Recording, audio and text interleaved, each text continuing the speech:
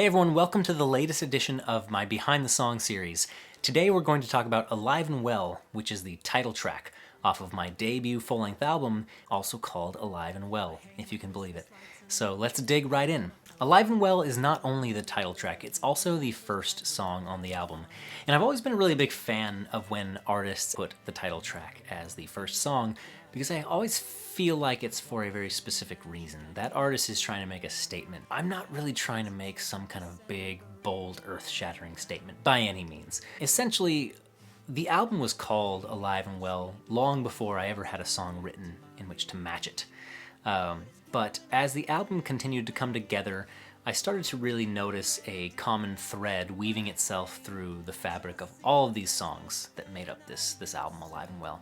So it came to a point where I knew that I wanted to have one singular song that I could apply the name Alive and Well to that would just pull all of those themes together and really, truly encapsulate all of the reasons I decided to call this album Alive and Well. I think that one of the lines in the chorus does a perfect job at essentially acting as the thesis statement for the entire album as a whole, and essentially what the listener can expect from everything that they're going to hear on Alive and Well. And it's very simple, it goes like this. I don't really care about things or money, just give me all your loving and a joke that's funny as hell. I'm a simple man, I am alive and well. As soon as I wrote that line, I just knew that this was the first song on the album. Not just because it so well encapsulates the theme of the album, but also because I played in bands for a good 12, 13 years. These were anthemic rock bands, big chanty gang vocals, things like that. So we made a lot of noise.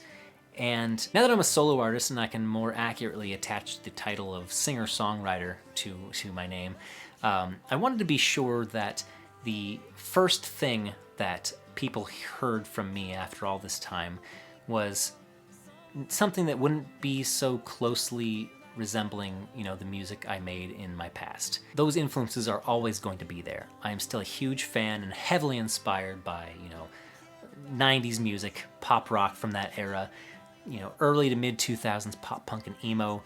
That stuff's in my veins. It's always going to come out in my writing one way or the other. But the song Alive and Well is just a very simple acoustic song, so it definitely does a good job at showcasing kind of this new era of my work as an artist, my work as a singer-songwriter. Alive and Well is about getting older, it's about appreciating the small stuff, and it's about realizing and even taking comfort in the idea that perhaps when you were younger, you probably figured that as you got older, all of these questions you had about life and why things are the way they are and why we're all here, you probably figured you'd find the answers to these questions along the way. But at least in my case, the older that I get, the more questions that I continue to have. So there's something kind of maybe comforting in that. The never knowing aspect, or maybe just something very maddening that's gonna cause us all to have some kind of crazy existential midlife crisis at some point.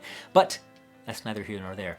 I am not yet having that crisis, and that's why I'm alive and well. So if you can relate to any of those ideas, I think you'll enjoy this song, and I think you will find a lot in the album to relate to as well. So I mentioned that the album was called Alive and Well long before I had a song written in which to match it, and that's very true. The album began in June, and I didn't write the song until December of that year. It's pretty much at the 11th hour. We were essentially done tracking when I wrote this song, and I brought it into the studio and I told my producer Alex, hey, I wrote a song. I think it's good. I think we should put it on the album. And I wrote it over the holidays. I had some time off around Christmas where I ended up with some unexpected time to myself because my wife and I came down with COVID. We had to miss Christmas with the family and all that. But more specifically, my wife came down with COVID, but we decided to quarantine from each other, so I ended up in a bedroom on my own for a few days where I had nothing to do but strum my guitar and look inward, think about my life, where I was, where I've been, all of that. And that's where Alive and Well came from. That's why a lot of the lyrical content is just kind of very simple. It's nostalgic. There's a sweetness to it, and we were also lucky enough to sprinkle in some beautiful piano playing from Zach Clark, who played on my song I Can Still Break Your Heart as well. And we also grabbed Rich Hinman once again on the pedal steel, who also played on I Can Still Break Your Heart. So it's an acoustic song with some piano and some pedal steel, and just a single vocal.